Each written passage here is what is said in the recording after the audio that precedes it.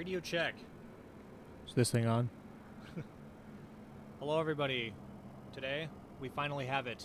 The CRJ V2 update. 4 years after the release of this aircraft. It's been abandoned, it's been left in the dust. Got broken with a lot of sim updates and whatnot, and was borderline unusable. But now, Aerosoft has stepped up to the plate and they started working on the plane, started updating it. So today, we're going to try it for ourselves and see just how good this thing actually is. I really think that Aerosoft did a good job on stepping up, and people who paid the $50+ for this aircraft, they want a study level plane that they can continue to fly throughout the life of a flight sim. But they're back to it, and one of the nice things that I really do like that these guys did is that when the plane first came out, they separated the 550 and 700 from the 900 and 1000 because, well, they made the two variants at different times and released them separately. But when you get the V2 update, it seems like you get all of the versions, which seems like almost like a kiss and make up type deal for Aerosoft. Like, hey, we'll give you all the planes if you update it for free because we suck. Just kidding. So we're going to test it out. We're going to test all the capabilities. We're just going to do a regular flight with some stuff. I kind of want to put this thing into a hold and see how it handles. I don't believe it's going to do a hold. I'm told that it still can't do a hold, but we're going to try it anyway just to see what, in fact, it does. And then I also want to see if we can get this thing to do a procedure turn into the approach into Buffalo. So we're going to give that a try. It's going to be fun trying to fly this thing. I didn't have the CRJ 900 previously, so this should be fun, seeing as how it's a lot longer than the 700, and just kind of hoping that I don't absolutely crater the runway. So, let's hop in, see where this goes, and test it out. Alright, so first thing we're going to do is verify that the gear lever is down, which it is. Going to check the speed brakes are stowed, the flaps are up, the thrust levers, if I could speak, are in the shut-off position, the reversers are stowed, and everything looks good. So if we turn the power on, nothing weird is going to happen. That looks good. So let's go ahead and go to the overhead panel. These camera controls are a lot different than the PMDG, so I have to remember what number goes where. Alright, so first thing we're going to do is turn the battery master on, and everything seems to come alive. That's good. Just going to check our CAS messages here. So everything is turning on. It looks good. Alright. Sweet. So let's go ahead and get the APU turned on by turning on the power fuel. And then we should get the APU, LCV, and SOV open, which we do. Sweet. And now this should be ready to start. So let's go ahead and do that. Excellent. The APU should be starting, and we're looking at our gauges on the right side here, verifying the RPM is rising in the EGT as well, and they're both normal and in the green. Looking good so far, and we'll wait till we have power to the aircraft.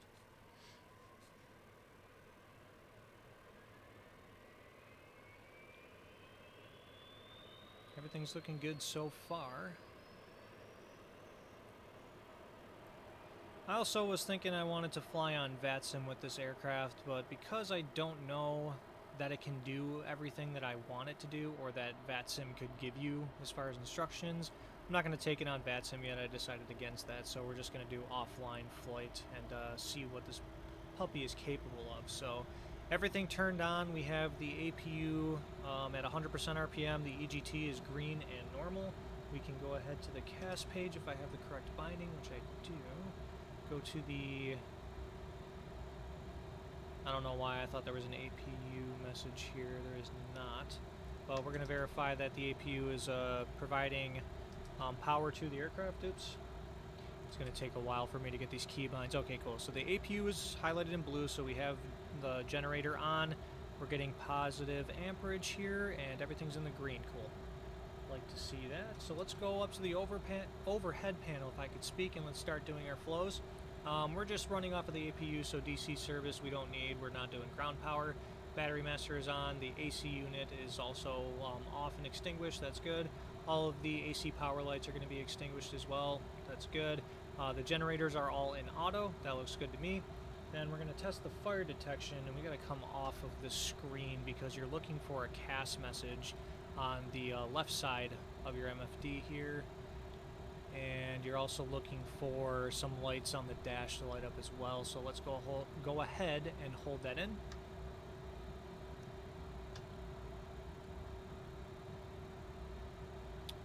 And nothing really changed. Okay, so that didn't do what I was expecting it to do. That's fine for now. We're going to go ahead and immediately flip the IRSs to nav mode because I do have that in realistic time, so we'll handle that. The overhead panel. Okay, we'll skip the fire detection for now, and then we'll come back to it and see if it just needs a minute to load or whatever it is. Both of the hydraulic SOV are, the lights are extinguished and the guards are closed. That's good. We'll turn on our nav and logo lights on for now. Cool.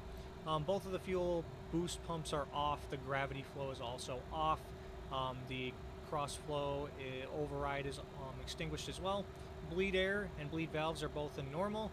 The ISOL valve is going to be automatic, and bleed source is on both engines, so I like where that is.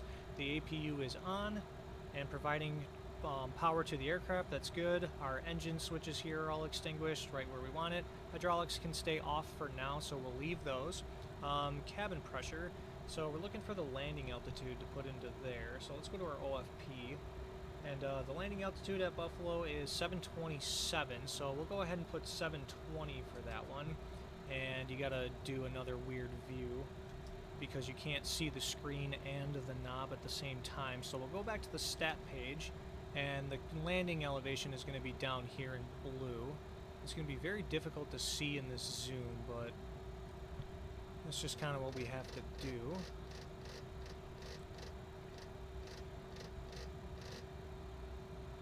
I believe that's 720. Yep, 720 in blue. It's kind of like a turquoise color actually now. That used to be just straight blue. Okay, cool. Go back to the overhead panel so the cabin pressure is set. We're not doing anything with the manual pressure, so we'll leave that as is. That's good. The recirc fan can come on. Packs can come on so the passengers can be comfortable in the back. Cool. Okay, these are the cargo temperatures right here. We're going to leave those in the same position. And the aft cargo air condition we don't need. We're good there for now. Wing anti-ice and engine anti-ice are staying off for now. That's good. Window heat can go to low heat. Probes can stay off. Dome light can stay off because it's the middle of the day. And everything else looks good here. We'll go ahead and turn on some panel lights. We don't really need it, but just in case we get into some clouds and it gets dark in here. And then we'll come down here and we'll run left to right. We got the landing lights and the recognition lights off. The ELT is armed. Passenger oxygen, the light is extinguished and guarded. That's good. We'll turn the no smoking signs on and the seatbelt signs on as well. And the emergency lights will be armed. Alright. So we'll skip this autopilot panel for now. We'll come back to it and come to our upper pedestal here and verify that the anti-skid is on, which it is. That's good. We'll test the bay overheat, and we should see a yellow message and or this one might be a red message and an audible warning. Inner bay overheat. Yep, that works. And then the overheat test warn fail should be lit up in yellow, which it is. That's good. And then the engines, we're looking at N1. That's fine right there. Lamp test, you can see if everything lights up, which it does. That's good. And we want the lights here to be bright. We're good there. And then the ground proximity, both of these switches are extinguished and the guard is there, so that's good. And this we just want extinguished as well. We'll go to the throttle quadrant here. Oops. And we just want to verify that the thrust reversers are off for now on the ground. Actually, you know what? We'll just go ahead and arm those now. That's fine. And then the ground lift on the spoilers is auto. That's excellent. And everything is still just the way we left it. We're going to leave the radio panel alone for now. We're not on BATSIM. We don't need any radio frequencies or anything like that. All of the knobs are exactly where we wanted it. We don't need radios anyway. This is all our radar stuff that we might test in the air if we come across any weather. We're going to go ahead and turn the standby radio to standby, and we're going to turn the ATC selection to number 1, and the standby on the transponder turns off, so now we are reporting altitude on our transponder. That's good. Hit both of the stab, trim, and gauge buttons. And then mock trim. Good, that light extinguishes, that's good. And then the display fan is normal, avionics fan is normal, that's good. These lights are for the flight deck door extinguished, we like it right now. And then we will check all of these pages later on after we initialize the aircraft. We'll go ahead and get some of the panel lighting here as well, just so it's available. And then yaw damper 1 and 2 are getting turned on the ground. Everything down here is in the normal position for the displays and air data, so we're good there. Volume knobs and everything on the right side looks just as it should. And then the cargo fire X, both switches are extinguished and guarded, and there's no lights on the right side here, so that's good. The emergency landing gear pole is stowed, and the ADG is exactly where it should be. Cool. And emergency flaps are in the normal position. Sweet. So let's come back to the autopilot here if I can figure out how to get there. Okay, cool. So now we're looking at a cruise altitude of flight level 370, so we'll go ahead and set that right off the bat. We'll just climb to... That's not what I wanted. That went the wrong way. Maybe I can drag it. Okay, now we're doing better. It's a lot slower. It used to speed up in the version 1 when you held it for long enough or when you scrolled it enough.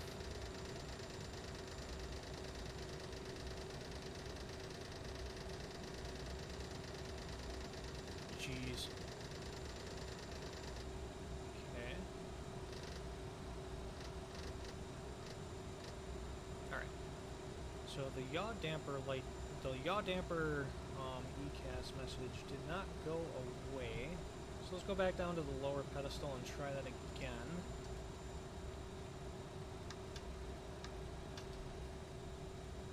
And it still didn't go away. Alright, we'll turn that off after engine start and verify that that light extinguishes. Runway, the winds are calm here in Chicago, so we'll go ahead and take runway 10 left, which is the closest runway to us. So let's do the heading bug to 100.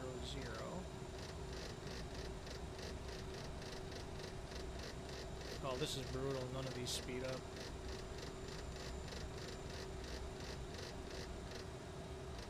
Oh, you know, while we were facing in the direction, I could have just heading synced. Oops. Oh well. We'll leave the speed bug where it is for now. Altitude and heading are set, and everything else is looking good for now. So let's go ahead and get rid of the master and the caution lights. We'll test the stick shakers.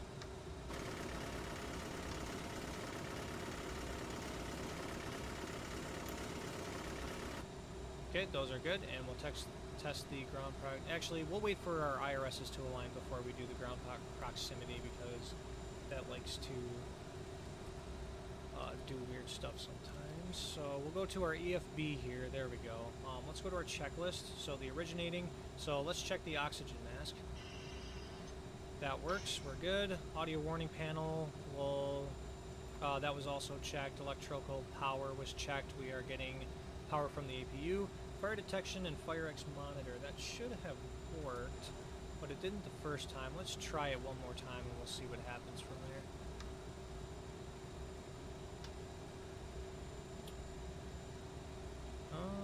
I'm not sure if I'm waiting for something there or if it's just broken. We'll try it one more time after the IRSs align. External lights are on. We're good there. Fuel panel is checked. We're good there. Bleed air panel. Actually, let's go down and do both of those. So, fuel. We're looking good on both sides. We're total 9860, right where we want to be. That's good. And then bleed air.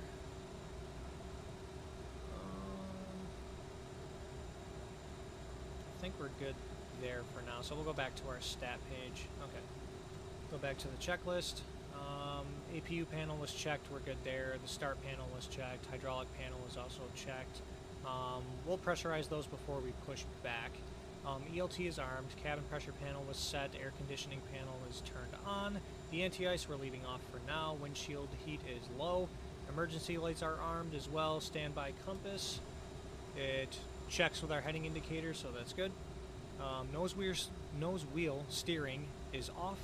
That's good. Clocks are set, instrument panels, we're waiting for the IRSs to align there, so that's good. Upper pedestal was checked, the thrust lever quadrant was checked, avionics were also checked. The trims will go to our performance here. I already input the data before the start of the stream just so we had it ready to go, so we didn't spend a lot of time looking at this. And our takeoff trim is looking at 6.8 degrees, so let's go ahead and do that. 6.8, good.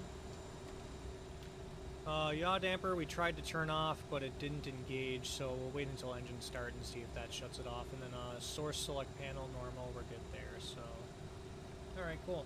So let's put our let's go ahead and put our information in the FMC now. So we're doing position init. Our reference airport is Kilo Oscar Romeo Delta, Chicago O'Hare. Cool. And then we're going to go to next page. That's over here. Copy GNSS1. Go to previous page, and we're putting it in set position. That looks good. And it looks like our IRSs are actually aligned now, so that was pretty quick. So we'll go to the flight plan, and then our origin is O'Hare. And we're going to Buffalo, so that's Kilo Bravo Uniform Foxtrot. And we are doing the O'Hare 8 departure, I believe it is. So let's go to our departure page. We're going to do runway 10 left. We'll put that there, we'll execute, then go back to the flight plan. And we'll actually input our flight number. We're not on Batson, but SkyWest 530 is what I chose because 530 is my birthday. Sweet. And then for next page, we're just going direct to Duffy. Delta Uniform, Foxtrot, Echo, Echo. Oh, not allowed. I must have to put something else in there. Maybe that's in my legs page. Yeah, I think that's going to be in my legs page. So we'll go direct to Duffy. Cool. Execute that, and then we'll go back to our flight plan page and see if it lets us put our information there. So Duffy. And then from Duffy to Echo Lima X-Ray VOR. Cool. And then from there we're going direct to Hack, Hotel Alpha Alpha, Kilo Kilo. Put that on the right side. And then from there, direct to Doxy, Delta Oscar X-Ray X-Ray Yankee. And then after that we're going direct to Sosic, Sierra Oscar Sierra India Charlie. And then from Sosic we're going direct to whatever. That's kind of a fun one. Whiskey Tango Echo Victor Romeo, where are we? Here, there we go. And then, oops, didn't mean to copy that, we'll clear that. Alright, and go to next page, and then after whatever, we're going direct to Dobie, Delta, Oscar, Bravo, India, Echo. And direct Dunkirk VOR, Delta Kilo Kilo, and that is the end of our flight plan, and then from there, we're going to do the ILS runway 23, and we're going to start at Traba. And now I'm curious to see if it's going to give us our procedure turn that we're trying to get here. So let's do that. Go to our legs page, verify that there's no discontinuities. So we are direct Duffy, and then after that, Echo Lima X-Ray, that's good. Next page, and there is a discontinuity. So let's go ahead, copy the hold at Traba. Oh, not allowed. Interesting. So we'll go ahead and just delete that discontinuity, then we can do that as well. Execute. And then, okay. So does that get rid of our procedure turn? That's my question. Interesting. Alright, well, we'll roll with it for now. Go back to our flight, or actually, let's go to our legs page.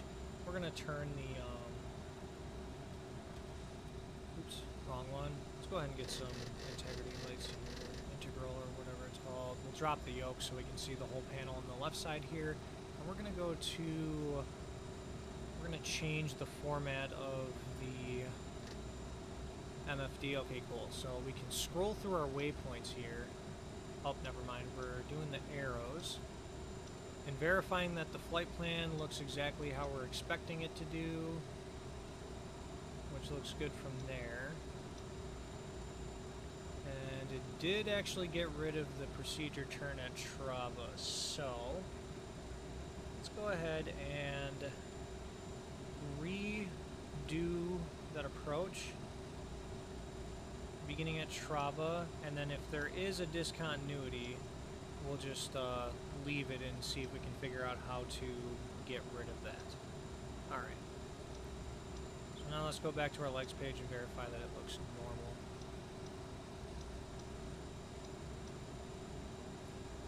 normal. Ooh, something is very not right there. Okay. So yeah, it was better just deleting the discontinuity. Alright. So let's do that. And then there's 2 Travas, it looks like, so let's get rid of one of those. Delete Trava. And then the second Trava shows up. Okay, cool. So it's not doubled up. We're looking good there. Alright. We're just going to leave as is, go to our flight plan page, and then we're going to go to our perf in it. And right now we have 90 passengers. And the 185 is the average weight. That's good. The amount of cargo we have is 4,500 pounds. Let's put that in cargo. And then the fuel, we're going to do our current fuel. So we have 9830. So let's plug that into that part right there. Our cruise altitude today is flight level 370. So that's going in cruise altitude. And everything looks good there. So let's execute that. Okay. We're going to go to the next page. The cruise wind, we're just going to do our top of climb winds here, which is 230 at 114 knots. Alright, that's going to be a fun one. Give us quite the tailwind there. So cruise 230 at 114. Cool. And then the last page here, our reserves, we're looking at 4146. Alright, so everything looks good on the performance page. So let's go to VNAV setup and just fix some of these speeds here. So the first page is fine, 290/.74 on the Mach, that's fine. Target speed, we're going to change that to 320/.77. And then next page, we'll go 0.77/300 because that gives the best... that helps the FMC calculate a more accurate like timing to waypoints and stuff like that. I forgot the exact explanation for that, but that's kind of how that's working, so that's good. And then MFD menu here.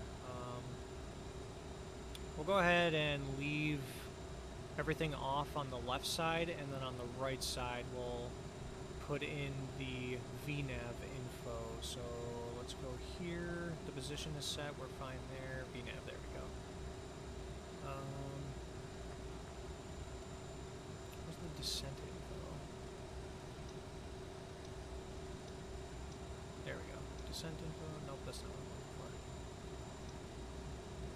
When you forget how you got to a certain... Oh yeah, sorry, MFD menu. There we go. So we're going to do VNAV. Alright, everything is set on the right side for VNAV. That's looking good. And we'll get off of the plan page here. And we're back to our navigational page. That looks good. I'm going to test this Fire X one more time and see what happens. Oh yeah, we're in a different view here. Alright, cool.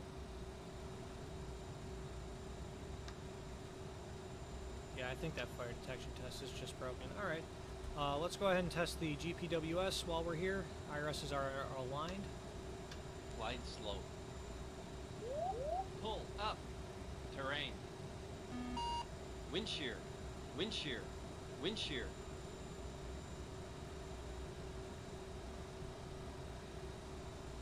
Oh, and that's it? It used to run through like a whole 2 minutes worth of GPWS callouts. Okay. Interesting. So let's go to our EFB here. We're just going to verify performance looks good. I'm going to go ahead and copy the V speeds here. So the way that we do that is right here you have your V speeds on this little panel right here, and the first thing you're going to do is VT, which right here it says 207 knots. So let's go ahead and scroll that up.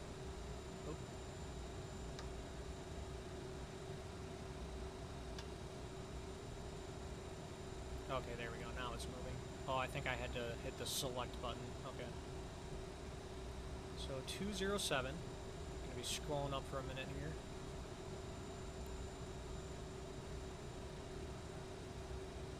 Cool. And then go to the refs, V1, we're looking at 148 knots.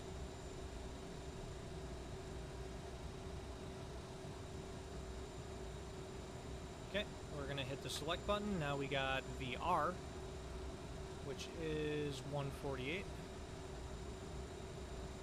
Now, one thing that is new is the selection that you're on shows up on the bottom here. Before, you just kind of had to guess which one you were changing. It was in order, but it didn't tell you which one you were on. So V1 and VR are both 148, and select one more time, and we're changing V2. And V2 is 158 knots.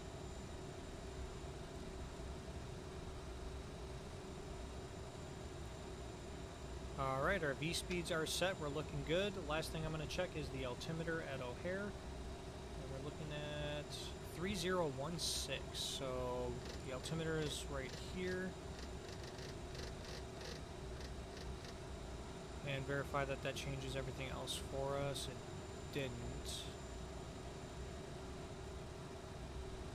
Actually, I'm kind of curious if there's a setting to be able to do that. So barometer units, synchronization, synchronize, there we go. Okay, so 3016, 3016, and 3016. Cool, alright, that did fix it. And then we're going to the aircraft here. Maintenance is fine. Looking at the charts here, this is going to be a very interesting thing to use. So we're going to use the FMS plan and see if that adds up. Okay, it does. All of our waypoints are in there. Now I'm just kind of curious how we get the charts. Now we'll figure it out. Alright, we'll go back to checklist. So now we'll do the before start. The passenger signs are on. We'll verify. Seatbelt signs and no smoking, both on. Where are they? There they are. Yep, both on. Cool. And then landing elevation is set. The altimeters are set. The FMS is checked and set. We're good there. IRSs are aligned and in nav mode. And then radios and nav aids. We don't need radios. We're not on VATSIM, but nav aids will set when we need those. Everything's GPS for the whole majority of the flight, so that's fine. And then takeoff briefing. We're taking off 10 left, and we're pretty much going to proceed direct Duffy and then continue our route from there. Okay, takeoff briefing. Alright, so when we're cleared to start, so now we're looking to push back. Everything looks good, everything's initialized. Gonna just double check and verify that everything is exactly where I want it. That looks good here for now. Alright, so before pushback, we're just gonna turn on the hydraulics. 3A is coming on, and then all of the B pumps are going in auto. And then we can go to our hydraulics page and verify that 3A is on, and then once the engines start running and everything's going, all of the B pumps will turn on. So that's good for now. Gonna double check both sides of the electric page. We're still getting APU power, positive amperage, that's good. And then we're gonna double click it, and it's gonna give us our battery information. So the battery information looks really good. Everything's in the green. We're getting positive voltage. All right, cool. And then we'll double check the other pages. The flight controls we'll test after engine start. And the doors, we'll look at the doors. So the passenger door is open. So let's go ahead and turn our beacon on because we are ready for pushback. And then we'll come over here. We will pull away the jetway. As long as it wants to work. There it is. And the passenger door can be closed, and we will pull our chocks. Captain, the cabin is secure. All passengers are aboard. Alright, sweet. And then before pushback real quick, we're going to verify that the APU is on, which it is. It's in the green. Good. Electronics were checked. Takeoff data is set. Doors are now closed and locked. Verify with the screens. Yep, everything's in the green, so it's all closed. So let's go back to our stat page. Doors, okay, beacon is on, fuel pumps are coming on, and we'll double check the quantity, and 9790, which is good. Our minimum takeoff is somewhere here, let me see, minimum takeoff is 4212, so we do have plenty of fuel for that. We're still 300 pounds above that, that's fine. there. And hydraulic pumps are on and auto, and the parking brake can turn off once we're ready for pushback. And then I do wonder if this does pushback for you. It doesn't look like it does. I had better pushback for the longest time, but it doesn't work anymore, so we're just going to do a good old Shift P for our pushback. Alright, so let's disengage the parking brake. Cool. And then we're just going to do a good old Shift P. And the tug is pulling up and hooking up. Alright, cool. So we're looking good there. And then I'm going to try the yaw dampers one more time, because that's weird that they're not engaging on the ground. Okay, now they're engaging. Okay, cool. So we got rid of the yaw damper message, so that is engaged. And now we'll wait for pushback.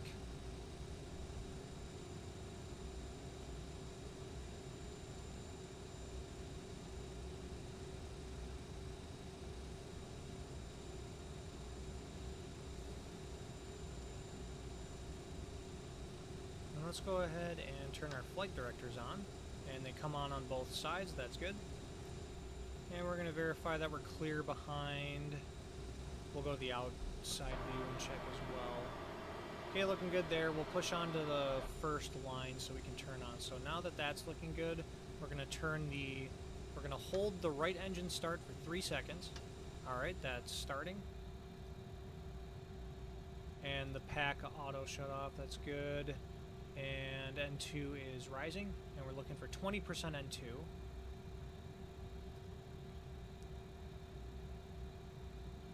And once we get 20% N2, we'll introduce fuel by unlocking the thrust lever and advancing it forward. Cool. And we will stop the pushback because we're just about at that first line. Let it slow down.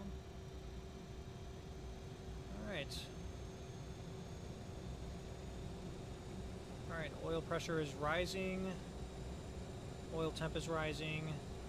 N2 is also climbing. ITT is rising as well. Everything looks normal.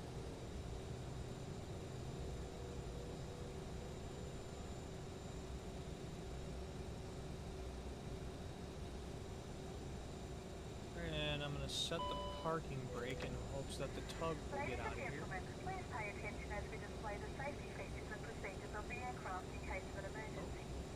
During an emergency, please remain in your seats with your seatbelts fastened. A bit of a glitch with the tugs. Okay. Alright, oil pressure is now in the green. Everything's in the green. Engine number 2 was a good start. Let's go ahead and begin the left engine by holding for 3 seconds. And you can hear the pack automatically turning off. That's good. And N2 is rising.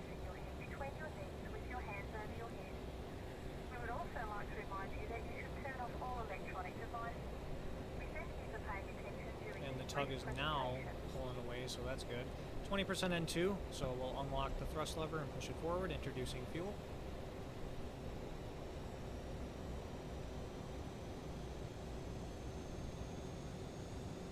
Alright, oil pressure and oil temp are rising, N2 is rising. Waiting for the ITT to rise as well, and in the green.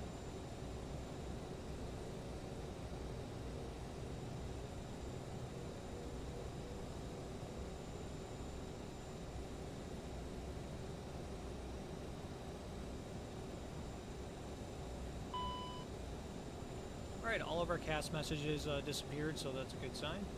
Oil temp is in the green, oil pressure is in the green, and no hot starts, so that's good.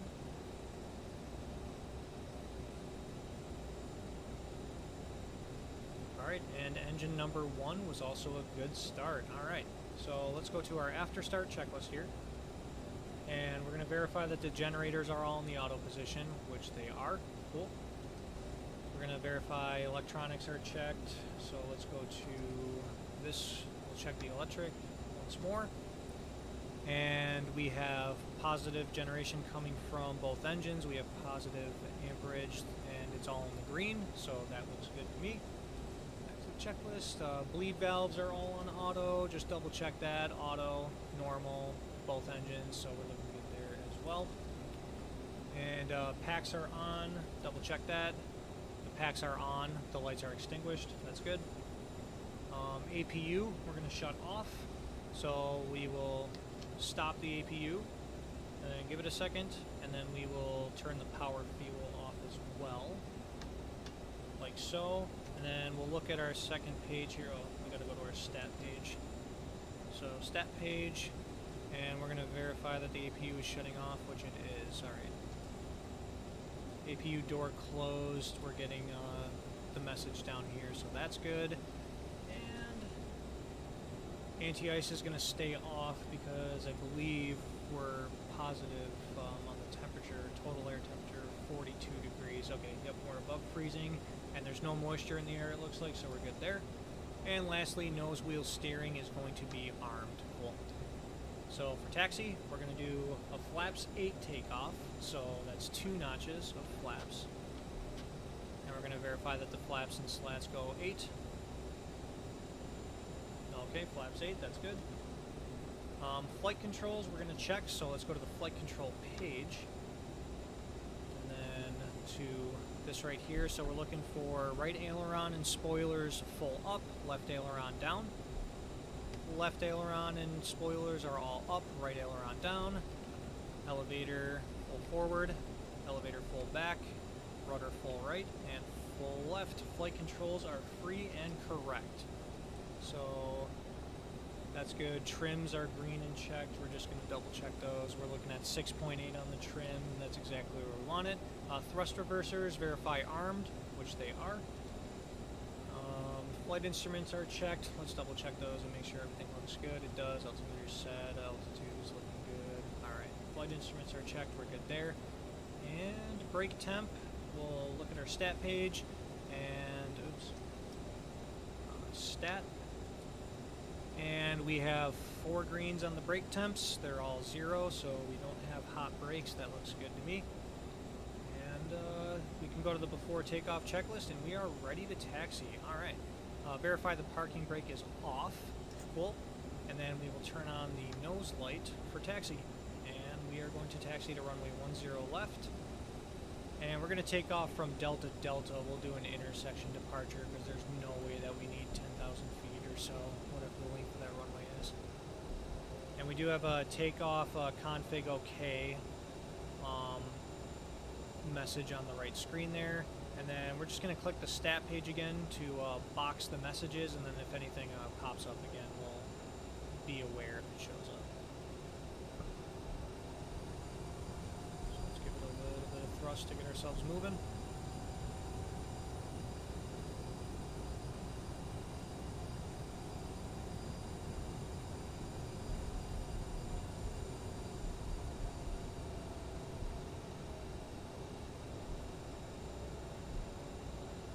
Alright, and ground speed is at the top in the middle of this screen right here. We're doing about 11 knots on the apron. That's good for now. And then once we get on the taxiways, we'll bump it up to about 20.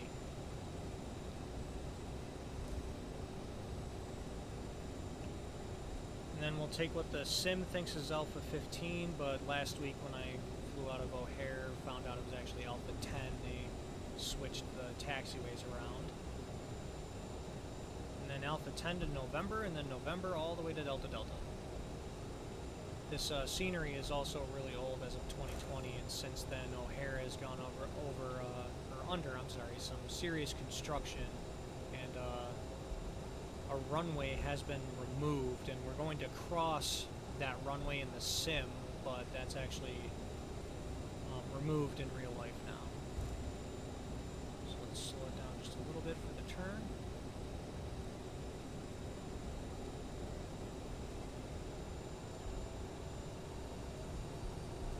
And we'll give ourselves a little bit of taxi speed so we're not taking forever on the ground here.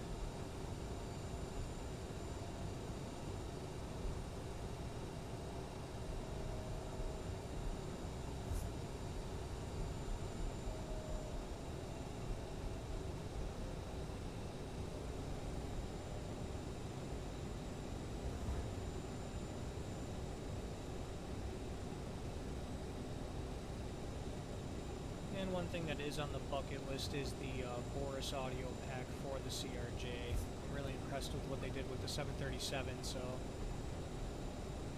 once I get a little bit of extra funds, I'm going to hop on that CRJ Boris audio as well. Alright, we're going about steady 17 knots, that's fine for a taxi.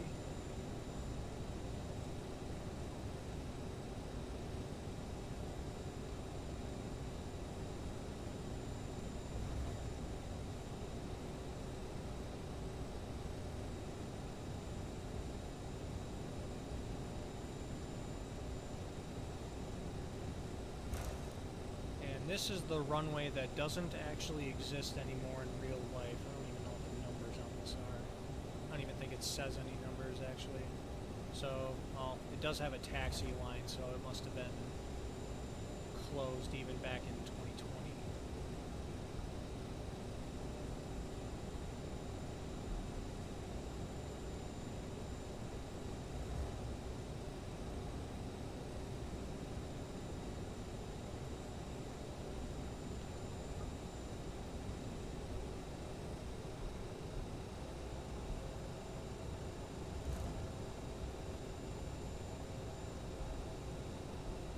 Plane is slowing down a bit, so I'm just going to give it a little extra power.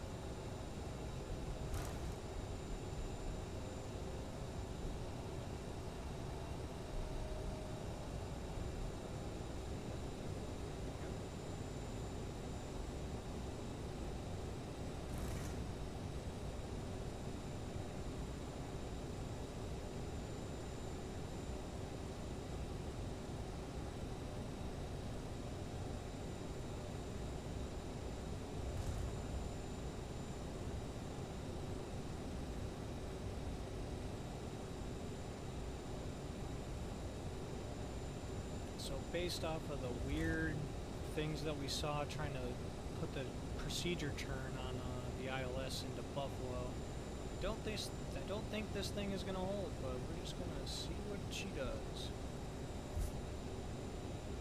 That's kind of one of the things I look for in a study level aircraft is capability. Now, I obviously don't fly a CRJ in real life, so I don't know what it feels like to fly and all that stuff, but you know, I would like to have it be able to do anything and everything that I need to do. So if I am on VATSIM and I get holding instructions, I would like the aircraft to be able to do that.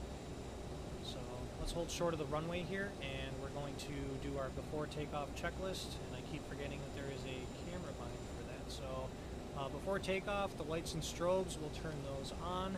So we got the beacon on, strobes are coming on, wing inspection can stay off, we're not looking for any ice, landing lights and recog lights are all coming on.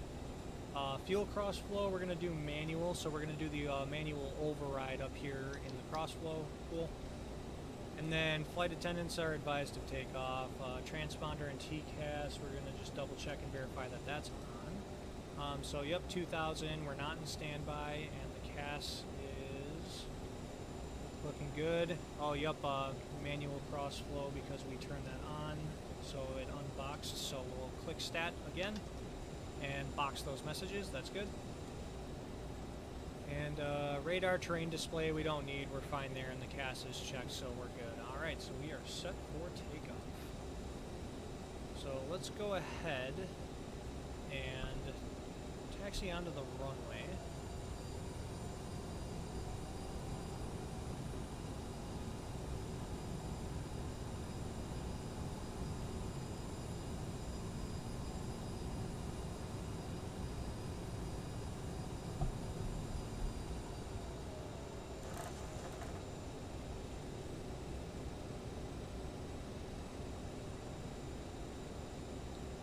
Turn nice and slowly so we don't skid the airplane. Alright, then once we're lined up with the runway, we're going to try and put the aircraft in toga mode by hitting the button on the thrust lever. So takeoff mode is engaged, which is good. And now we'll put throttles up to 60%.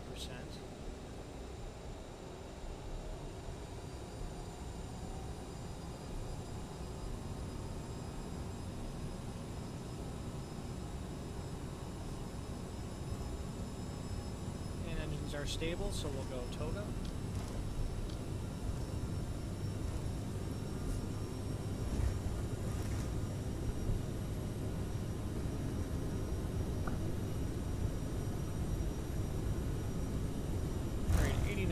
Thrust check.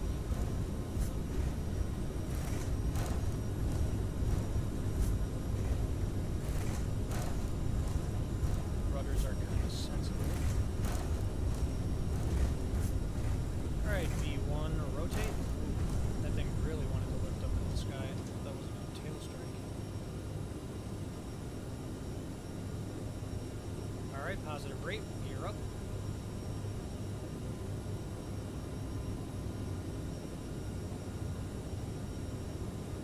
And we'll just fly manually for a second so we stabilize. Alright, we're about 1,000 feet up. Let's lower the nose a little bit, gain some speed, and we'll do flaps 1. Go about 12 degrees nose up.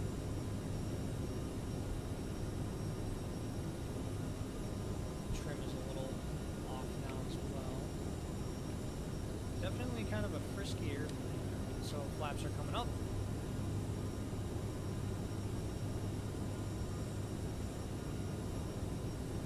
Alright, and now that we are taking off and we're at a good enough altitude, let's engage heading mode. And we'll just sync the heading with where we're at now, and then we'll arm speed mode.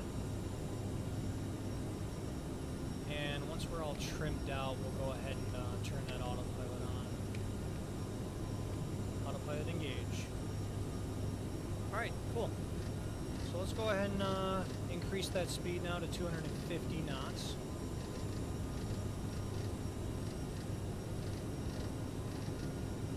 And then we'll put the thrust levers back to climb.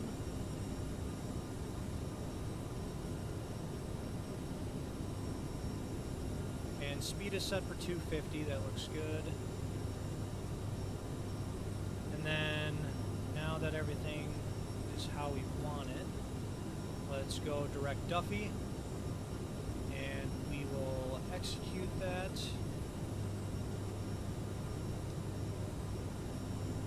Oop. I screwed something up there. That's alright, we will stick to heading mode, heading mode, and we'll put ourselves direct towards Duffy.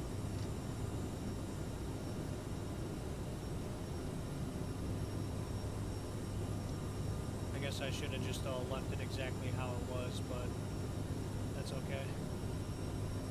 Because Duffy was magenta, I just wasn't sure what the runway was doing in blue, but you live and you learn. So we'll just manually go direct Duffy, and we'll intercept our track and then go from there.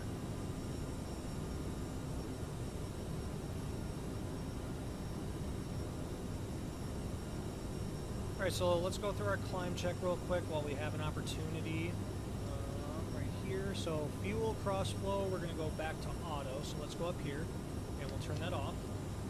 And then bleeds and APU, we're going to verify that the APU is off and the bleeds are still in auto. Bleeds are both in auto, yep, and the APU is off, good. Thrust reversers, we're going to turn off. And lastly, the CAS messages, let's take a peek at those, and they're boxed and everything is good, so no new messages. Sweet. Alright, so our descent checklist is going to be on standby, so now we just monitor the flight, and your gauges are all in the green, everything's looking good there. We are now above 10,000 feet, so landing lights can all come off. I'm kind of curious to see if the chime works. Nope, that's not the right one.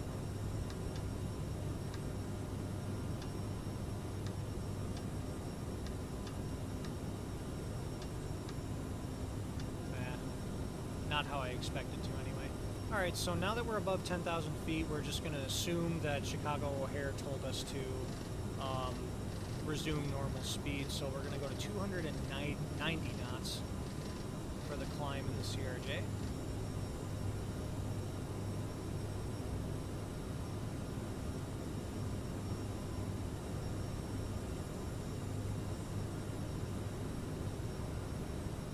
And we're just going to monitor the climb.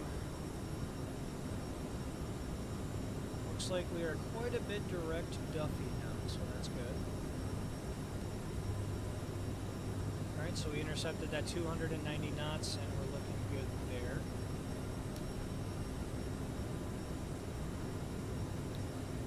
And right now we're on heading mode, and then once we cross over Duffy, I'm going to flip that over to nav mode.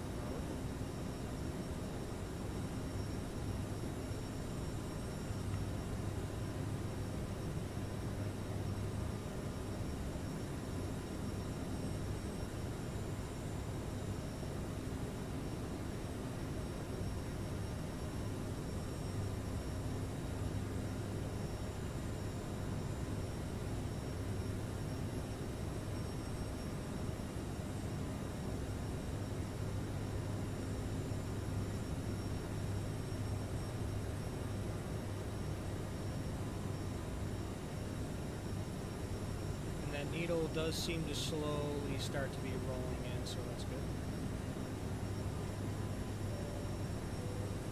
Ladies and gentlemen, we are now serving sandwiches.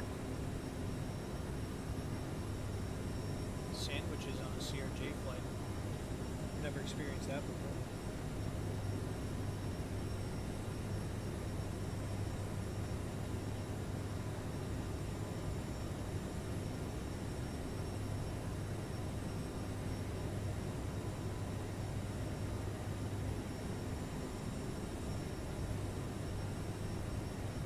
Alright, cool. That CDI is coming in, and once it's just about center, we'll throw the autopilot into nav mode and go from there.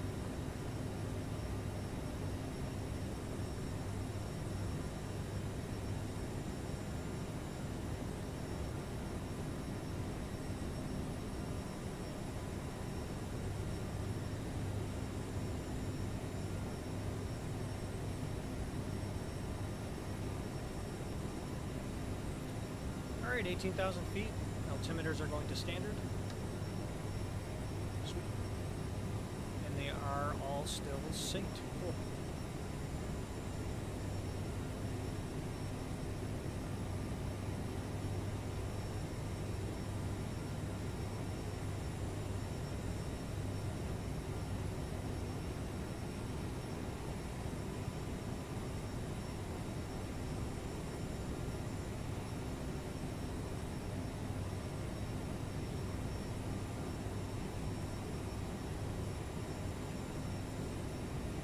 CDI is about center, so let's arm nav mode, and it looks like we are intercepting our track.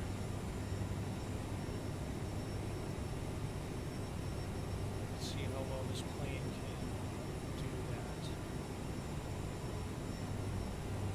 Okay.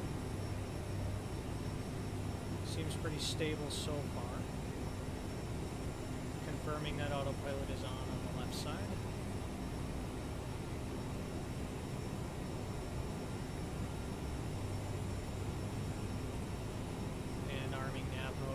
FMS1, that's in the green, so we are following exactly what we want to follow.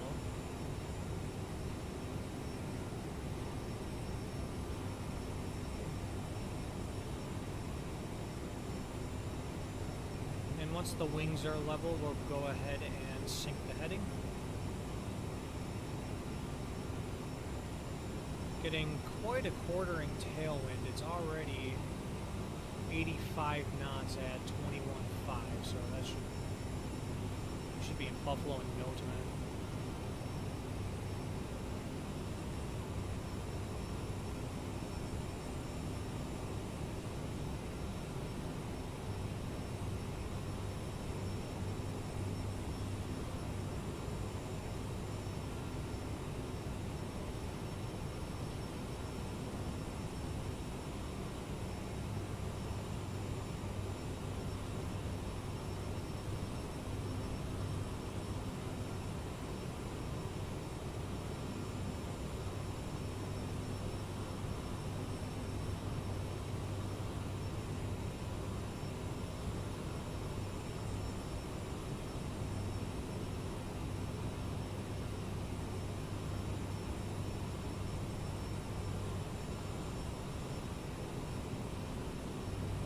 About level. Aircraft did a pretty good job intercepting that track. This aircraft, after several updates without the aircraft being updated itself, has had some problems with really struggling to intercept or maintain the track after a turn. But it is doing okay right now.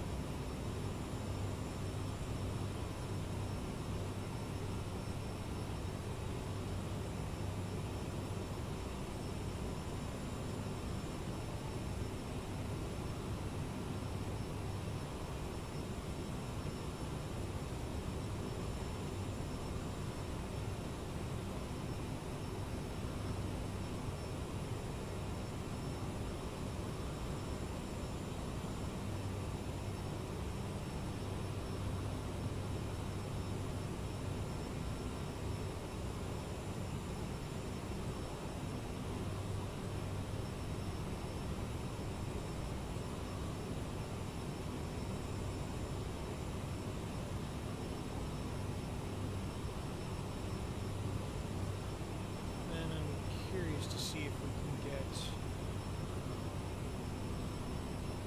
if there's a certain speed that the FMC calculates for us, or if it's just the .77 that we placed. So that's about what we placed. So we'll go ahead and cruise at Mach .77, since that's what I manually put in at the start.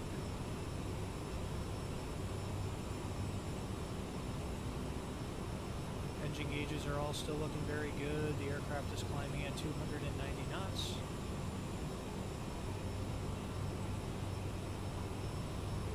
Seems like we're running through some very light turbulence. Kind of curious to see if I can scroll and get some.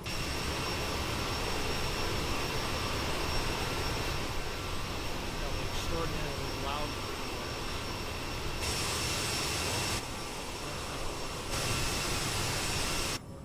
Hey, there we go. There's a good view. Ooh, that's an even better one. Alright.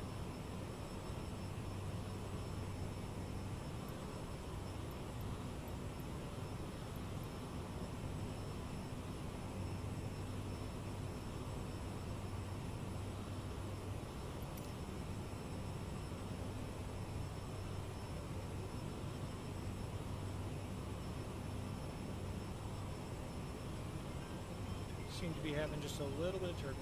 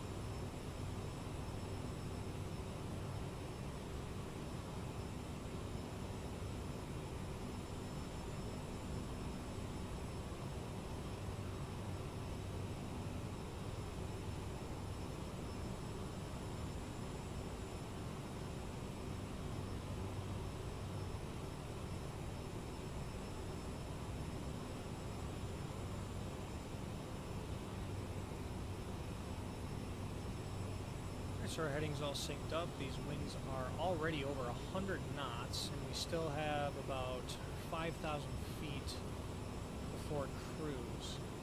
231 at 109. So yeah, we're getting a pretty good tailwind here. Now, seeing as how I wasn't on VATSIM, I figured I'd give you guys a daytime flight, seeing as I don't get to do that very often.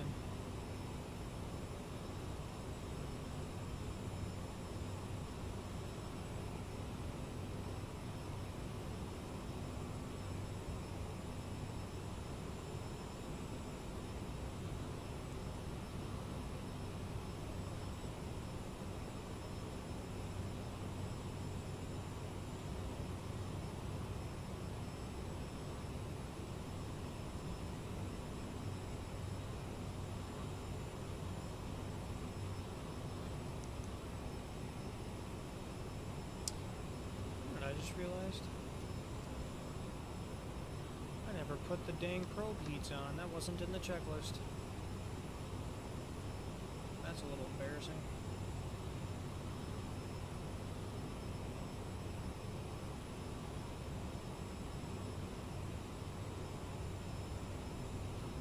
Just gonna ignore that happened.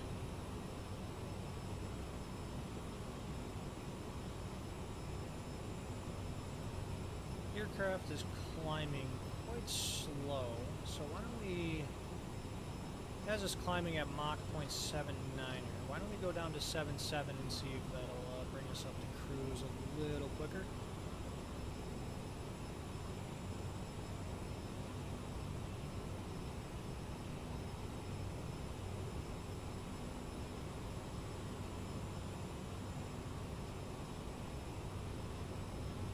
There we go, now we're climbing a little more.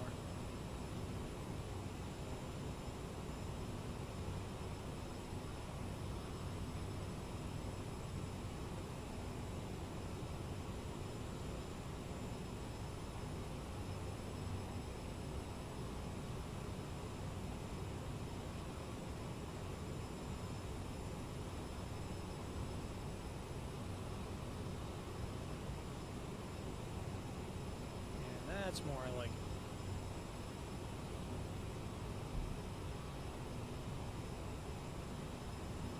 And the wind is still changing, so we'll do another heading sync just to keep up.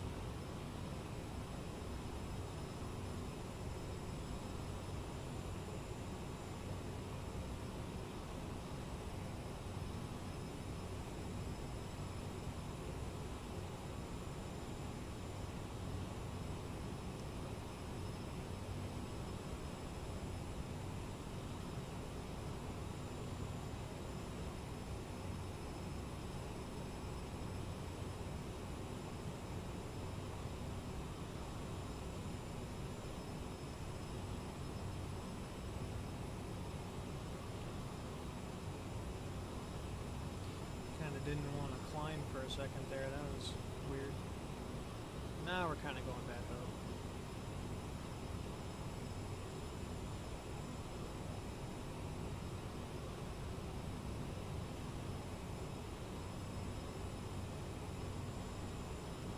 Alright, 1,000 to go.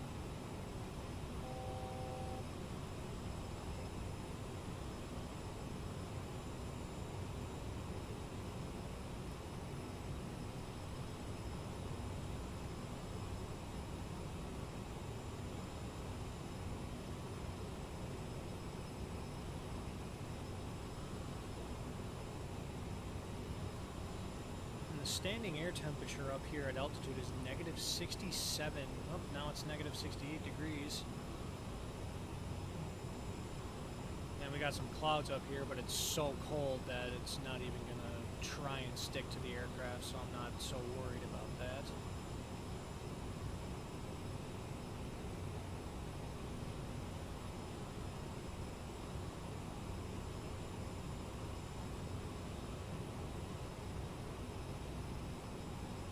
Kind of back to barely climbing.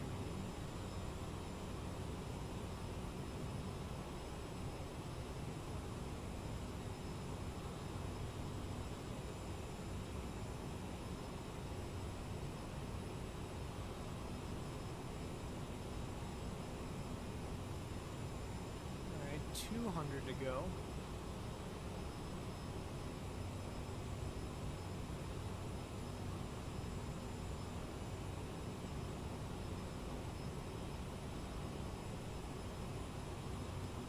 And we're almost at cruise. So while I'm waiting for that 37,000 to hit, I'm going to go back to the charts page here, and I'm just trying to figure out, because I have it synced up to Navigraph.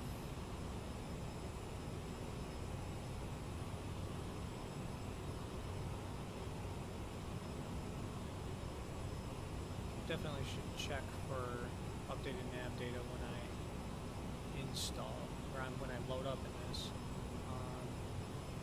So we are connected to the Navigraph. I just don't know how to access arrivals and approaches and everything like that. Oh, there we go. Okay, so I'm just an idiot, that's why. So you click on the actual airport on the left side here, and then there's no arrival into Buffalo, so we're just going to go straight to the ILS we're expecting, which is 1123. There we go. I'm going to throw that in dark mode. I can't stand looking at a chart that bright. Alright, so we'll just keep that on standby since it's really the only chart we're going to be looking at today. And then leave it on our checklist page.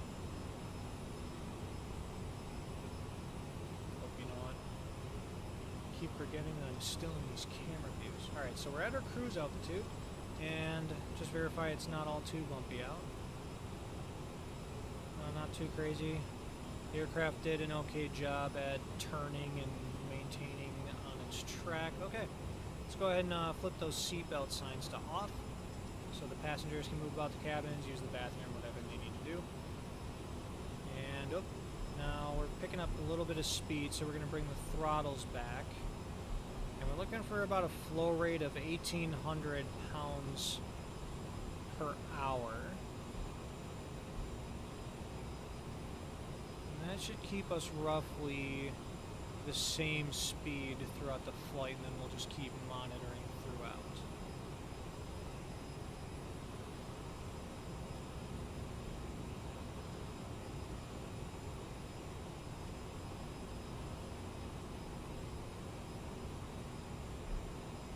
The airspeed is, the Mach speed is looking relatively pasted. We're going Mach 0.79er, but that's fine.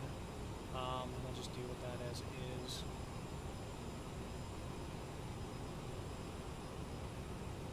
We'll come over here.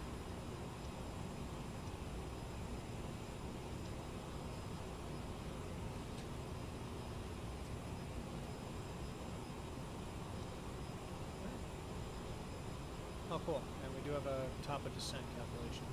Sweet. Alright, now it's time to kick back, enjoy the cruise, and we'll come back to it once we're ready for descent, and we'll enter a hold.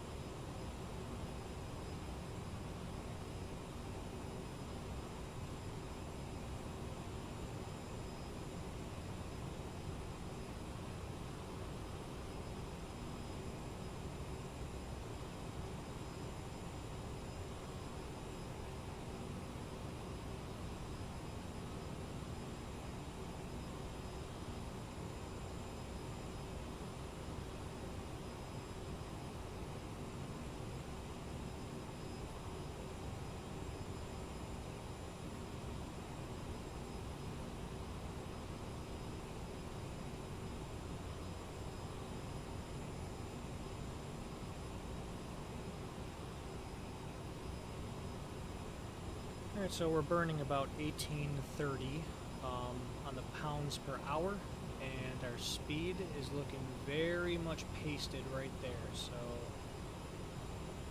I think we can keep it exactly where we are, and shouldn't have to do too much with the throttles in cruise, and we'll just keep monitoring, and down the road I'll think of a hold to put in there. Alright, but we do need a heading sync because we did change our track. There we go.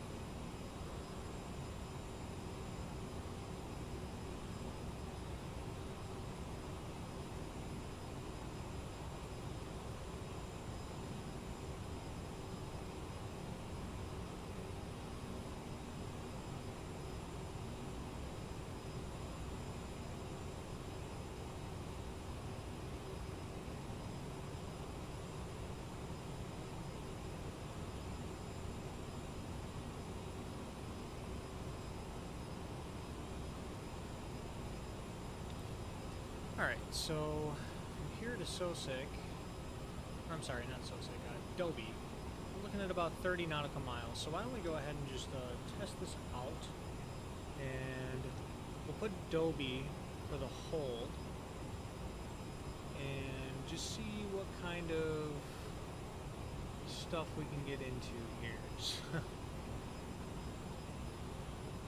And to be honest, it's already not looking very good.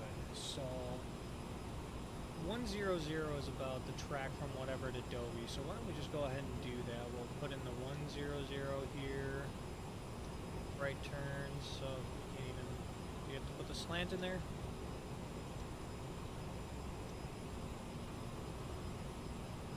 Okay. So already confirmed that holds do not at all work. So we'll go ahead and cancel the mod. I'll go back to our legs page here and just leave it as is. So now that I know that, when it comes to the procedure turn for the RLS 23 into Buffalo, we're just going to have to do it manually via heading. Or if it's VFR, we might just do a traffic pattern and land visually to see how well we can control this aircraft when it's in the air. The trim is a little bit touchy. The elevator's a little bit touchy. It's still got some quirks to it, but so far I like it. It's not too bad. Definitely give a more thorough analysis once we land at Buffalo and go from there. So we're looking at about 40 miles from our top of descent, and our speed did kind of pick up just a little bit, so we're just gonna really tiny increments ease back on the throttle here to get back towards that 1800 pounds per hour on the fuel flow, maybe drop some speed back. And then one thing that I do want to do is go to the VNAV page. We're going to go next page, go to descent info, and if we want to hit trough at 4,000 feet at the speed we're going, we're looking at about 2,400 feet per minute. So, you know what, that's kind of a relatively standard descent right there. So let's go ahead and flip the seatbelt signs on. And let's get our descent check done really quick. So the landing elevation is set. The fuel will double check. We're still 6305, so that's plenty to get to Buffalo and go around if we had to. TCAS, we're set. Radar, we don't need. The CAS is double check, no new messages. Turn the seatbelt signs back on, so that did come up, but that's fine. That's nothing wrong with the aircraft, so we'll box the messages again. And then landing data is set on the FMC, so we're good there. And then the approach briefing, we're doing the ILS 23 into Buffalo. So let's go ahead and get the navigation frequencies tuned into our radios here. So 111.3 is the localizer for runway 23, so let's get that in nav 1 and 2. Oops.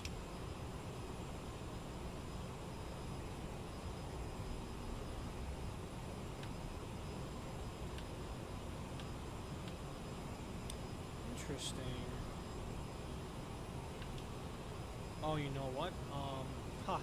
I forgot the CRJ actually automatically tunes in the frequency via the FMS. Okay, that's cool. So let's go ahead and slow down just a little bit.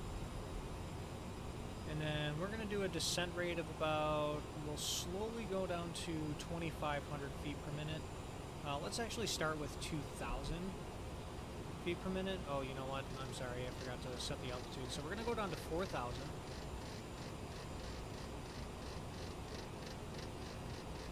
It's going to be a while. So now that we're down on the altitude a little bit, let's very slowly walk that vertical speed down.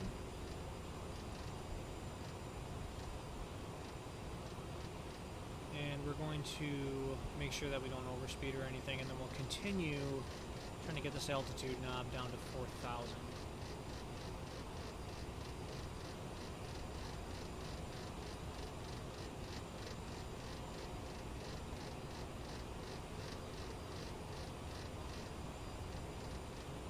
Okay, Okay, 4,000. And then we're just going to monitor the right side screen if we can even see it. Oh, that's unfortunate sunlight going on there. So it's okay if we're a little bit below the desired vertical speed. I know it said 2,700 and we're only doing 2,000. But as we get closer and we get under 10,000 feet, we start slowing down. That descent rate to get to Traba at 4,000 is going to start decreasing. So it should look a little more towards what we set. So we want to descend at Mach 0.77, so let's find the throttle setting in the descent that'll give us that.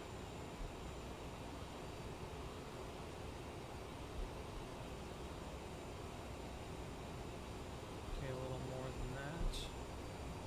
Let's see if this pops up. Nope, we still have a very obnoxious glare on the right FMC there. That's unfortunate. That's fine though. So a little more throttle to maintain Mach 0.77.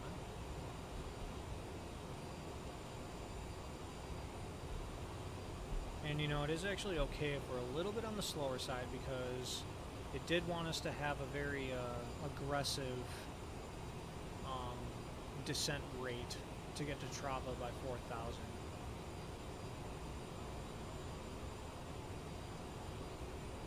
Okay, so the speed is going up a little bit, so let's ease the throttles back just a hair. That glare is going to really make this difficult. Alright, so the final approach course is 235, which is going to auto-populate with the FMS, which is fine. We're just going to verify that that's the case once we get close enough to the ILS. Our decision altitude is 926, and we'll keep that in mind, because I do not believe there is a way in the CRJ to set the minimums on screen or anything like that, so we'll just stick with it. A little more throttle, we slowed down a bit. And then the airport elevation is 727, touchdown zone elevation is 726. Our safe altitude, based off of the direction we're coming from, is 3,900, but we're only going down to 4, and then we'll be established on the approach, which is fine. That works for me. And then if we have to go missed, we're going to climb to 3,000 direct Wabus, which is runway heading, and then we're going to hold there. And it looks like we're going to do a parallel entry into that hold if we need. Okay. DME required, which is good because we have GPS. ADF required for localizer only. We're not doing a localizer only, so we should have a glide slope. But we do have an ADF on standby somewhere, I think. I'll have to double check that in like the POH or something. Ooh, we definitely picked up a lot of speed. Want to walk that back out. So 4,000 at Traba, and then once we cross over Traba, we're going to go down to 2,300 for the final approach fix, which is Clump, which is this outer marker over here, and then, or you know what, 2,300 to glide slope intercept, and then if we were doing localizer only, that's when we would, you know, go to the final approach fix and down from there. But like I said, we might end up just doing a visual anyway, but just in case we run into some low ceilings. The altimeter at Buffalo is 3014, so once we start getting closer to those altitudes, we'll set it. We still have an obnoxious glare on our right screen, so that is going to make this extremely difficult to get our descent rate here. Oh, you know what, I'm still in this mode, I always forget that. I'm like, why doesn't my camera move any more to the right? Oh, it's because I'm still in the EFB view. We have ELSA lighting, and then it gives us the mist, a picture of the mist. We don't need any of these times right now because we will have a glide slope, so this is for localizer only. And then ILS, yep, 926, good. Minimum visibility, RVR 1800 or a half a mile, which checks. So that's about good. Okay, so we can kind of see a little bit of this. So at our current speed, we need to be 2,900 feet per minute on the descent. So let's go. We're going to throttle back quite a bit, and we'll do 2,500 on the descent rate.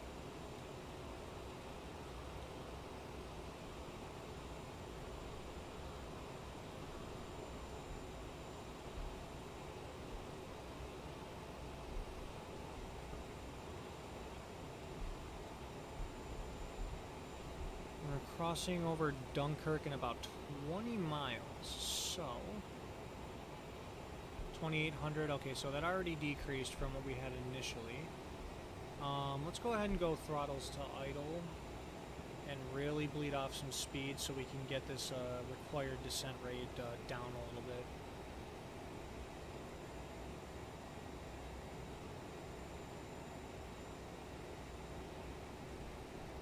Okay, 2,700. So yeah, we are starting to decrease that required descent rate a little bit.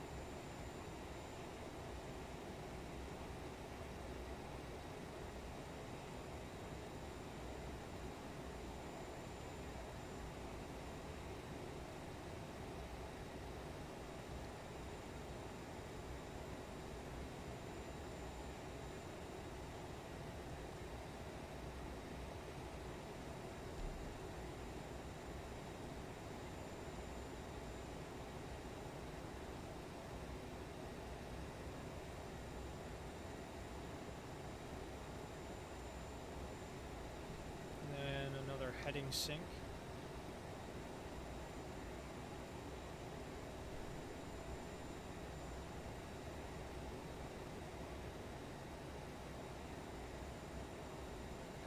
And this flight did happen very fast thanks to that 115 knot tailwind we had, so definitely wasn't expecting to be here this soon. Okay, so 2,600, so yeah, we're at a very good speed and descent rate right now. It is decreasing. We're going to be going through a layer of clouds. The standing air temperature is -4. What is the temperature on the surface at Buffalo? We're looking at 8 degrees Celsius, so it's above freezing on the ground. We'll definitely have to monitor where it is in the clouds, but it looks like it's about to go above freezing. Oh, it's at 0 degrees Fahrenheit. Oh, that's Fahrenheit. What am I doing? So yeah, we're still well below freezing. Okay. So what I am going to do for that is go to the overhead here, and we're going to do ignition to continuous, and then we're going to turn the engine anti-ice on for now.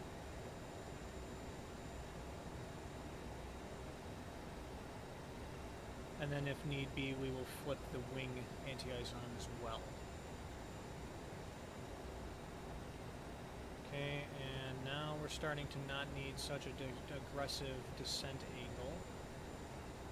Okay, so double checking altimeter, 3014, we are coming up on 18,000 feet, so let's get that up there.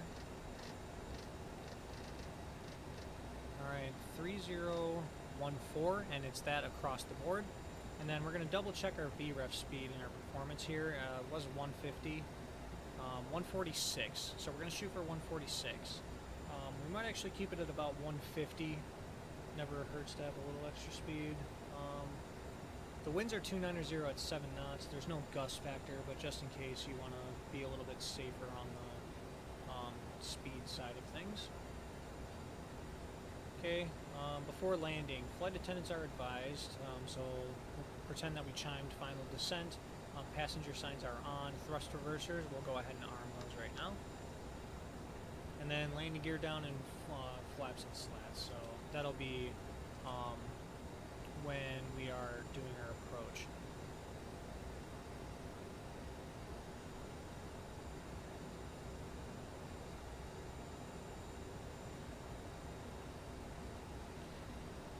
And then these clouds, I actually am not 100% convinced we will do a visual, so just in case, if we do wind up going to Traba and doing this procedure turn, it's 235, and we're going to do a parallel entry so we can just pass Traba on the current heading once we do pass it, and then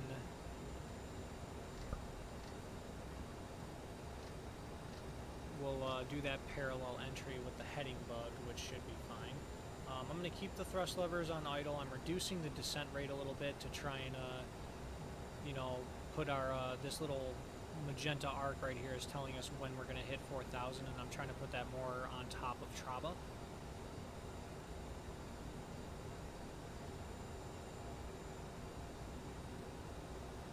And I'm I'm also trying to slow the aircraft down a little bit because we're coming up on 14,000 feet, so 10,000 feet is not too far down the road. So I'd like to slow the aircraft down as much as possible so we can do 250 under 10,000. Don't want to bust any speed minimums there, or speed limits, I should say. Okay.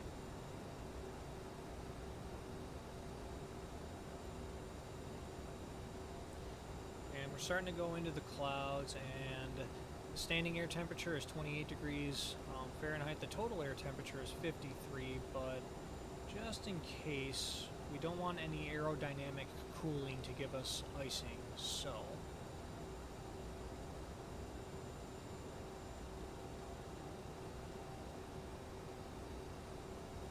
alright, so I can actually see Buffalo from here ahead of us, and we're very, very high, so we're going to use that procedure turn to help us, you know, drop enough altitude and get to a more stable approach altitude, and then we will fly it by hand from there.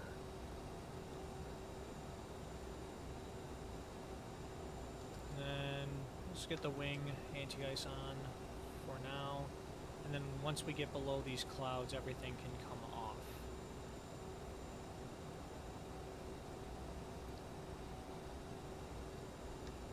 Another heading sync.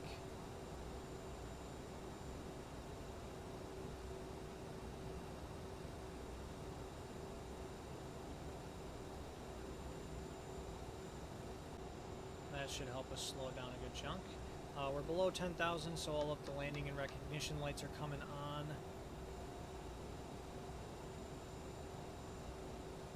And we're just about below the cloud layer, so in just a second here I'm going to be turning off the anti-ice.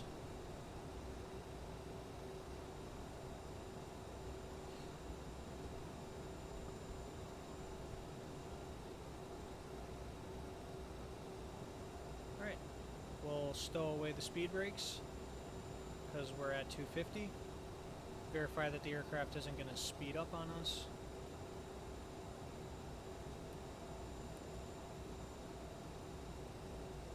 Which it's not. It's holding pretty well at 1,700 feet per minute, so that's good. Alright, we're below the clouds, so let's go ahead and turn the anti-ice off, both wing and engine, and then we will get the continuous ignition off.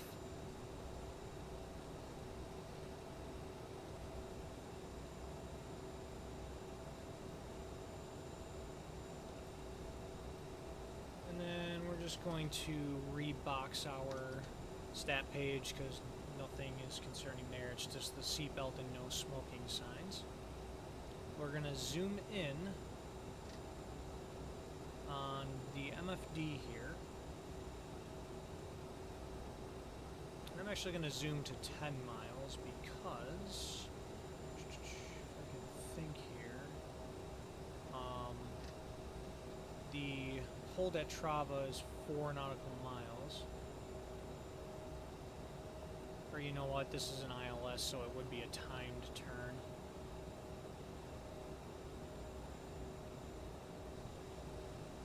I'm going to verify that this works.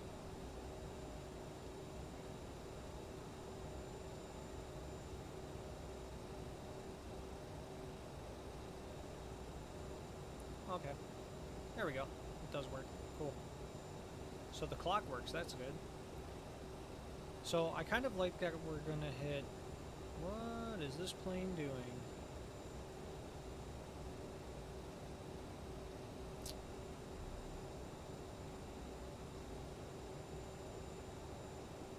Alright, so that is not at all what it's supposed to do. So we're going to take this by hand, and we're going to continue our descent down to 4,000.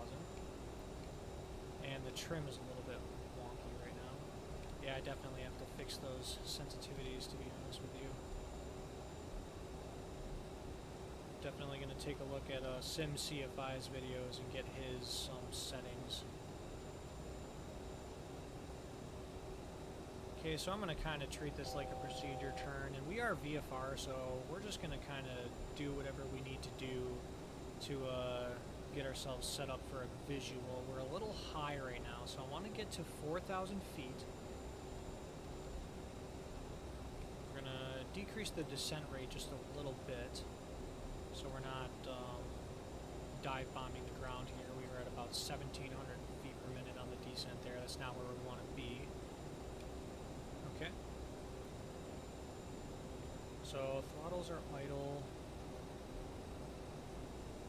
And now we're starting to bleed off speed. Alright, so I'm going to level off at 4,000 just to keep the altitude and get the speed down to about 210. Seems like I ran into a little wind there. The trim is extremely sensitive, so I'm not trying to go too crazy with it. So we're going to increase throttle because now we're at 210 knots and we're starting to descend.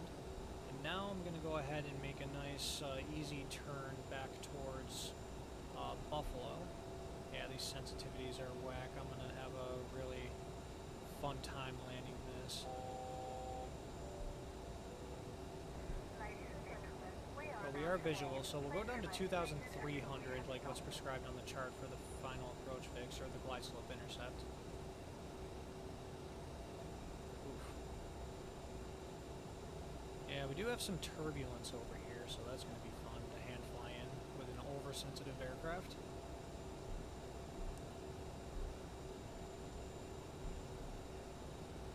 So I actually feel a little bit better about being at 3,000 out here since we are kind of all the way out by Trava now. So let's go ahead and maintain 3,000. We'll up the throttle so we can pick up some speed. I want to be at about 200 right now. And we'll just keep that right turn in there to go back towards the Buffalo Airport.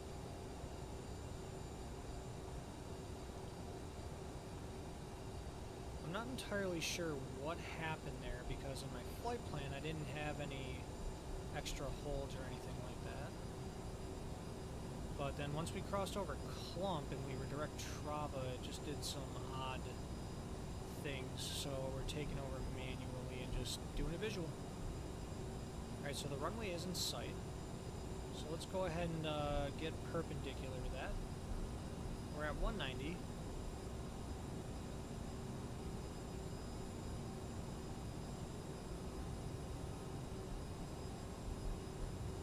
Let's get a little more throttle because I don't want to be this slow yet. And I want to be more towards 3,000. Oh yeah, we're getting bumped around. 190 is fine for now, and we'll just stay at 2,800 the best we can. I'm trying to make as small corrections as possible given the sensitive nature of this aircraft. The winds are not doing me any favors right now. Okay, we'll start turning towards the runway because we're just about lined up. Oh, we overshot just a little bit. The winds are coming all the way, so they're coming from the north aloft. So we're going to have a little bit of a right crab. So we're at 3,000 now. Now that we're starting to get close, I'm going to start walking in some flaps. So we're going to go flaps 1. Get the slats down.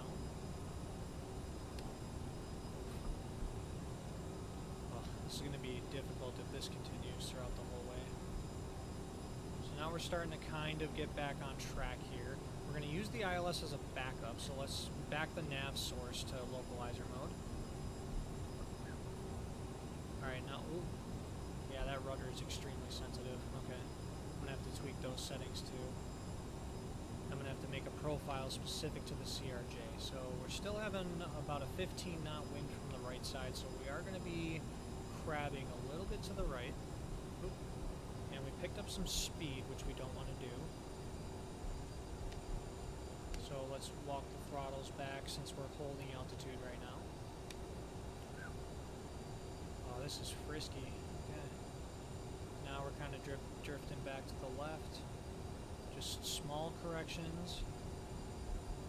Okay, cool. So now we're going to do flaps 8. And the glide slope's coming in, and we're below 230, so we'll drop the gear, and we're going to verify 3 greens.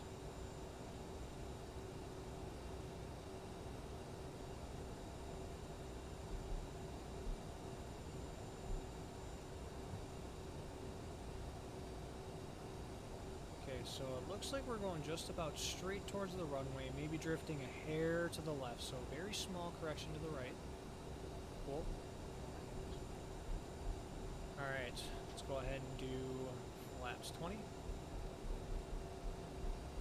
We're going to add a little bit of throttle so we don't bleed off too much speed, and remember our VREF is about 146, but I think I'm going to do 150 because it is a little bit bumpy out here. And I don't want to rapidly lose airspeed at the wrong time. So we're slowing down. And now we can go flaps 30.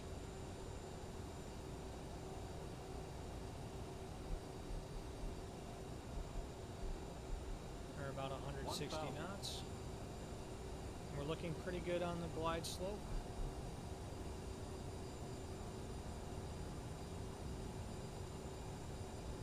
Still crabbing towards the right just a little bit. Don't want to lose too much speed. And I'm going to keep the flaps to 30 just because the gusts are doing kind of a lot right now. A little bit less than higher up, but still enough to be concerning. 500. Okay, so we're holding about 150. We're still really good on the glide slope. 400.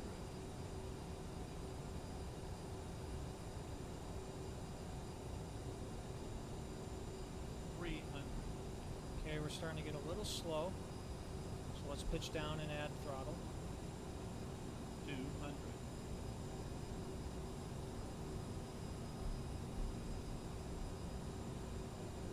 Sync rate. Yep, that's a little fast on the 50, descent. 40, sync rate. 30, Okay, 20, 10. nice and easy. Hey, that wasn't too shabby. Try and maintain that center line with these oversensitive throttles. Ease the nose down. We have 2 in reverse. And we'll release the speed brakes. Oh, and you know what? I am not braking anywhere near hard enough. Okay, now we're good. 60 knots, reversers are coming out. Alright, and speed brakes can go away. And now we're good to exit the runway. Alright. Ladies and gentlemen, we have arrived at our destination. For not actually flying this plane in forever, that wasn't too bad. I am not going to complain about that landing right there. Alright. So now we're going to get the APU turned on. Until the aircraft has come to a complete Then stop. we'll start it. Cool. And we're going to wrap around during the taxi. Alright, checklists are good, so let's go to after landing. The APU is on, transponder and radar can be off. Let's go ahead and put our transponder to standby. That's good right there. Follow that center line. The lights, we'll go ahead and turn off the landing and recognition. The nose light can stay on. We'll turn our strobes off. And the probes can come off. Okay. Cool. And that's our after landing check. Alright. And we'll go ahead and retract all the flaps now.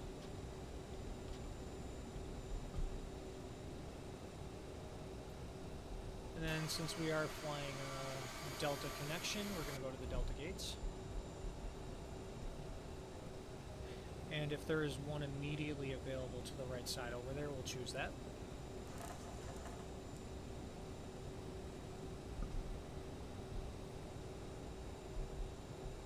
For control sensitivity, that was a little over the top. This actually was kind of nice. But I will have to hop on to SimCFI's videos to grab his sensitivity settings, because boy, sensitivity made it a little frisky. Alright, so we're going to go ahead and just hop on to gate 20 over here. And then we'll turn the taxi light off since we're going to the non-movement area. And we'll slow down just a little bit so we're not hauling ace into the gate.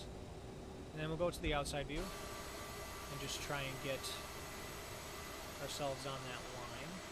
Because I don't have GSX or anything like that, so I don't have any marshallers or whatever it may be. So we'll try and get on the line here. Try and find the line first. Nope, still not finding it. Up. We're a little bit too far this way, so let's recorrect. Let's get ourselves back on it. There we go. Okay, now we're looking good. And this plane really wants to move, so we're going to have to ride the brakes a little bit just not to get out of control here. We're going to go a little bit to the side, and then we'll intercept that line so we're more centered. Okay, looks good. Still going to ride the brakes because this thing really just wants to take off even at idle thrust. So CRJ 9 is the first line. So we'll slow down as we're getting close.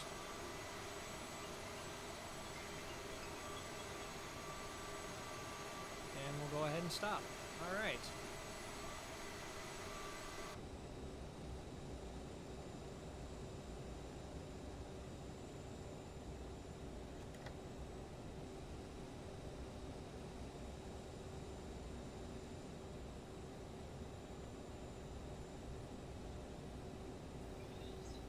Alright, so the parking brake is set, and sorry about that. Alright, so we're going to unlock the thrust levers and put them in the shutdown position.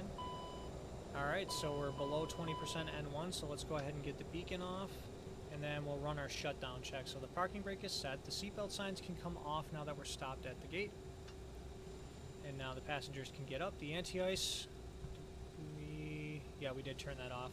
For a second I thought I forgot that.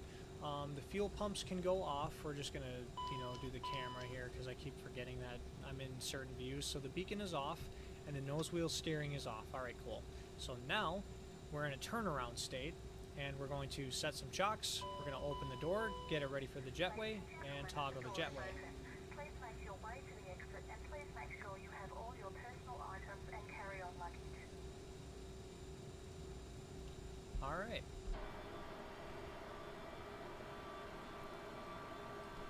So there you have it. That is the brand new Aerosoft CRJ V2 series.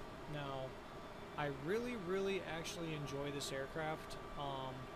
I can definitely tell that there were some improvements made.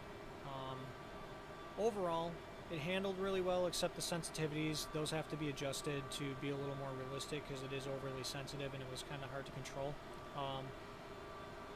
It can't do any holds, and that's kind of a bummer because when I fly a study level aircraft that I pay for, I want it to be capable of everything. Now, I don't know, I don't fly this plane in real life, so I can't vouch for the sensitivity and the controls and stuff. I can't tell you it feels overly sensitive. It's like flying a Cessna, but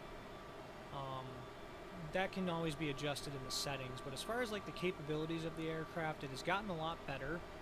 The autopilot has gotten a lot better. It does a lot less of the weaving to try and intercept a track, and that might just be because of how people fly it or whatever, but it does a really good job. It's a lot more stable. It can't hold, and that's going to be a really big thing if you want to fly it on VATSIM and do all of that. But overall, I think that Aerosoft did a really good job at improving this aircraft. It is actually quite phenomenal now compared to the last 3 years or so. And I know that there's an update in the works because they're going to start working more things in there, and hopefully it can do things like hold and maybe some other complex things that still aren't in the sim right now for this aircraft. I like it a lot, and I think I'm going to fly it again very soon and start getting used to flying it again. And I also really can't wait for the next update for this aircraft to see what else improves. And yeah, so that's really all I got on it. As far as my flying capabilities, I feel like I did really good on the taxi out, on the takeoff and everything like that. I got the plane set up, it was all good. Was basically kind of testing the capabilities of this aircraft on like approach and stuff. So as far as the turn, the random unpredicted turn to the left after we crossed over Clump, which is the final approach fix, it should have gone direct to Trava, but it didn't. It wanted to do something else, so we had to take over by hand and do a visual approach, and it was definitely some getting used to on the sensitivity of the controls. It was very bumpy, but we were able to, for the most part, maintain stable control of the aircraft.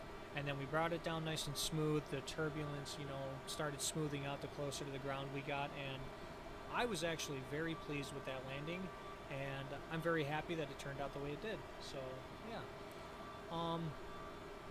I'm even having half of a mind to fly this tomorrow and see, but I am very likely going to stream tomorrow. I don't know what I'm going to do yet, because now that I flew this aircraft and I like it, I think I might do this again for the time being. So yeah, stream tomorrow, decent flight, and we'll see what happens. So overall, I approve. I think Aerosoft did a very good job, and I feel like they definitely made amends by people who bought, you know, the 500, the 550, 700 series, but not the 900, 1000. The V2 just gave us all of the versions of this aircraft, and I feel like that makes amends. So Aerosoft did a good job on that part, and they did a good job at updating this aircraft, and I know that your Sim CFI was part of the development of the aircraft to make it as realistic as possible, so that probably was a huge help. So thanks to your Sim CFI for being a part of that and making this aircraft, you know, more realistic and, you know, more capable of things in the sim, and there's good things to come. So stay tuned for the next stream. If you want to leave a comment on what you want to see next, please do. Let me know what you want to see, where you want me to go, what plane you want me to fly, what do you want me to do. I have half a mind to do another instructional, you know, live stream, like doing some practice IFR approaches and walking you guys through it. If anyone wants to learn some VFR stuff during one of my live streams, I might just do that too. Leave a comment, let me know. So, yeah. Anyway, I approve. I can't wait to fly it again, and I will be on tomorrow, and you guys have a good night. Thanks to anyone who may have tuned in, and stay tuned. All right, take care. See ya.